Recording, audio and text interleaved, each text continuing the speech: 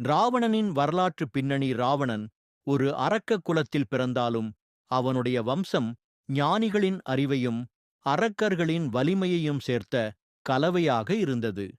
அவனுடைய தந்தை விசரவாசு ஒரு பெரிய மகரிஷி. அவருடைய தந்தை புலஸ்திய மகரிஷி 7 சாப்தரிஷிகளில் ஒருவராக பிரம்மனின் மனசுபுத்திரராக பிறந்தார். தாய் கைகேசி அரக்கர்களின் குலத்திலிருந்து வந்தவள். அவளுடைய தந்தை சுமாலி 3 லகங்களையும் ஆள நினைத்த சக்தி வாய்ந்த அரக்க மன்னன். சுமாலி அரக்கர்கள் மீண்டும் உலகத்தை ஆண்டாக வேண்டும் என்று ஆசைப்பட்டார். அதற்காக தனது மகளான கைகேசி ஒரு புத்திசாலி மற்றும் சக்தி வாய்ந்த மகனை பெற வேண்டும் என்று நினைத்தார். இதனால் அவர் கைகேசியை ஒரு பிரம்மரிஷியை மணந்து குழந்தைகளை பெறச் சொல்லினார். கைகேசி விசரவாசுவை மணப்பது. கைகேசி தனது தந்தையின் ஆலோசனைக்கிணங்க ஒரு பெரிய ஞானியான விசரவாசுவை மணப்பதை விரும்பினார். அவர் விஷ்ணுவின் பக்தராக இருந்தார். துறவியாக வாழ்ந்து வந்தார். ஆரம்பத்தில் விசரவாசு திருமணத்திற்கு மறுத்துவிட்டாலும் பிறகு அவர் கைகேசியின் வேண்டுதலுக்கிணங்கி அவரை மணந்தார்.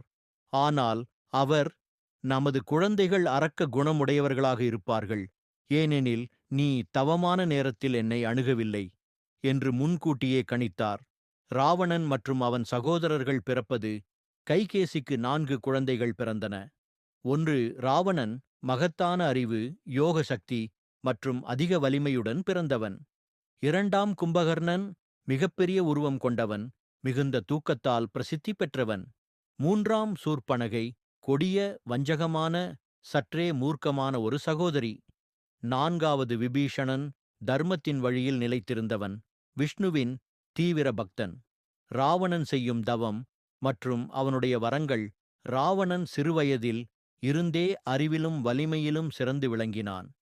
அவனுடைய மிகப்பெரிய ஆசை உலகின் சக்தி வாய்ந்த அரசனாக மாற வேண்டும் என்பதே. இதற்காக அவன் கடுமையான தவம் செய்து பிரம்மதேவனை வழிபட்டான். ஆயிரக்கணக்கான ஆண்டுகள் தவம் செய்ததற்குப் பிறகு பிரம்மன் ராவணன் முன்பு தோன்றி, உன் விருப்பம் என்ன என்று கேட்டார். ராவணன் பல வரங்களை கேட்டான். மனிதர்கள், தேவர்கள், அரக்கர்கள், யட்சர்கள் எல்லாராலும் அழிக்க முடியாத பாதுகாப்பு, இஷ்ட தைஹீகம், இச்சைக்கு ஏற்ப உருவம் மாற்றும் சக்தி, மெய்யான போர்க்கலை அறிவு மற்றும் சகல ஆயுதங்களின் வல்லமை, நிறைய இறுதி அருள்களால் நிரம்பிய ஒரு சாபர்ஷ்ட இரட்சண்யம். பிரம்மன் ராவணனின் கடுமையான தவத்தை பார்த்து அவனுக்கு இந்த வரங்களை வழங்கினார்.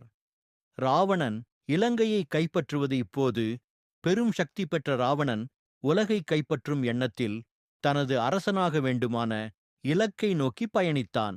அவனுடைய முதல் இலக்கு அவனுடைய அரைகுறு குபேரனிடம் இருந்த இலங்கை. குபேரன் உலகின் மிகச் செழிப்பான நகரம் என்று புகழப்படும் இலங்கையை ஆண்டு வந்தார். ஆனால் ராவணன் தனது சக்தியை முழுமையாக பயன்படுத்தி குபேரனை தோற்கடித்து இலங்கையை கைப்பற்றினான். இனிமேல் இலங்கையின் அரசனாக ராவணன் முடிசூடினான்.